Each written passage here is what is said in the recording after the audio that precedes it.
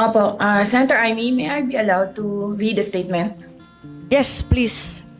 Please do so. Okay, thank you. Opo.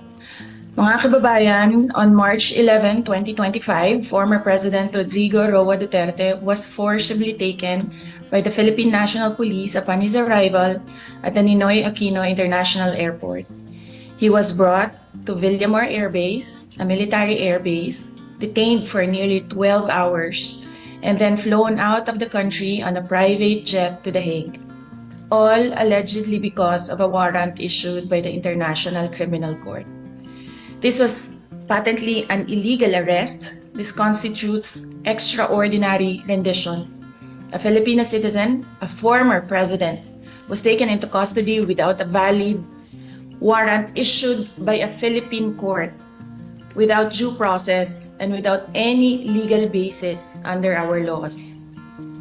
The Constitution is clear. Section 2, Article 3 of our Constitution explicitly states, "The right of the people to be secure in their persons, houses, papers, and effects against unreasonable searches and seizures of whatever nature or for any purpose shall be inviolable, and no search warrant or warrant of arrest shall issue except upon probable cause to be determined personally by the judge after examination under oath or affirmation of the complainant and the witnesses he may produce," and particularly describing the place to be searched and the persons or things to be seized. This means that for an arrest to be lawful, it must be carried out pursuant to a warrant issued by a Filipino judge of a Philippine court. Nasaan po ang warrant of arrest na inisyu ng hukuman ng Pilipinas? Wala. Without a valid warrant from a Philippine court, this was at best a warrantless arrest. Under the rules of court, warrantless arrests are only permitted in 3 instances: in flagrante delicto, hot pursuit, and escaped prisoner. None of these circumstances applied to the case of the former president. So, what was the legal basis of his arrest? The authorities acted solely on an ICC warrant, a document that has no legal effect in the Philippines unless reviewed and validated by a Philippine court. In fact, even assuming without conceding that the government itself wished to recognize and enforce the ICC's warrant, it still violated the Rome Statute itself. Even by ICC standards, the former president should have been brought before a Philippine judge to determine the validity of his arrest before he was handed over to a foreign court. Under Article 59 of the Rome Statute, a state party which has received a request for arrest and surrender shall immediately take steps to arrest the person in question in accordance with its laws and the provisions of Part 9, and shall bring that person before the competent judicial authority in that state. Yan ang sinasabi ko paulit-ulit nung nasa labas ako ng gate ng Villamor Air Base. And why was this not done? If they claim to abide by international law and standards, then why did they conveniently choose to ignore this provision? The fact remains that we are no longer a state party to the Rome Statute. We are no longer a member of the ICC. In fact, in a letter dated December 15, 2023, the President himself wrote to me,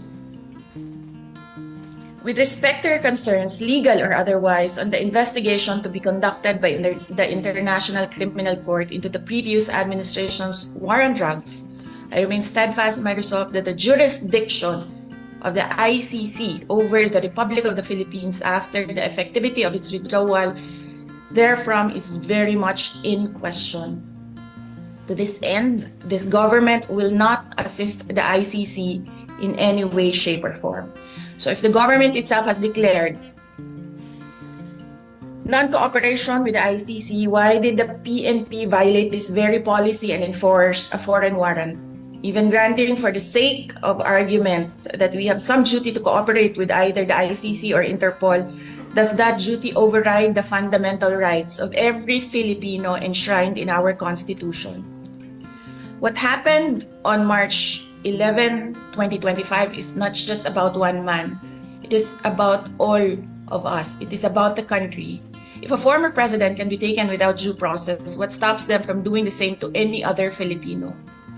Therefore, we must dare to ask more questions. Under whose authority did the PNP act? Why did they enforce a foreign warrant without a Philippine court order? Why didn't they at least bring PRRD before a judge, as required by the Rome Statute itself? Even more disturbing is the silence of the armed forces of the Philippines. Why did the AFP stand idly by while a former commander-in-chief was taken from a military base under questionable circumstances? How could they allow a foreign tribunal to override on our constitutional guarantees? We have now lost a former president. I pray that we do not lose the country next. Your Honor, Senators Cayetano and Marcos and other senators present, alam naman natin lahat at alam nila na mali ang ginawa nila. Ginawa nila yon just to demolish political opponents. This is all about politics. The administration is using government resources, the ICC, to demolish the opposition. Wala na tayong argument. Mali ang ginawa. Ang tanong ngayon, ano ang gagawin natin para maibalik ang dating Pangulo sa Pilipinas? Kasi nag-iisa ako ngayon dito na gumagawa ng paraan para maibalik ang ating dating Pangulo sa ating bayan.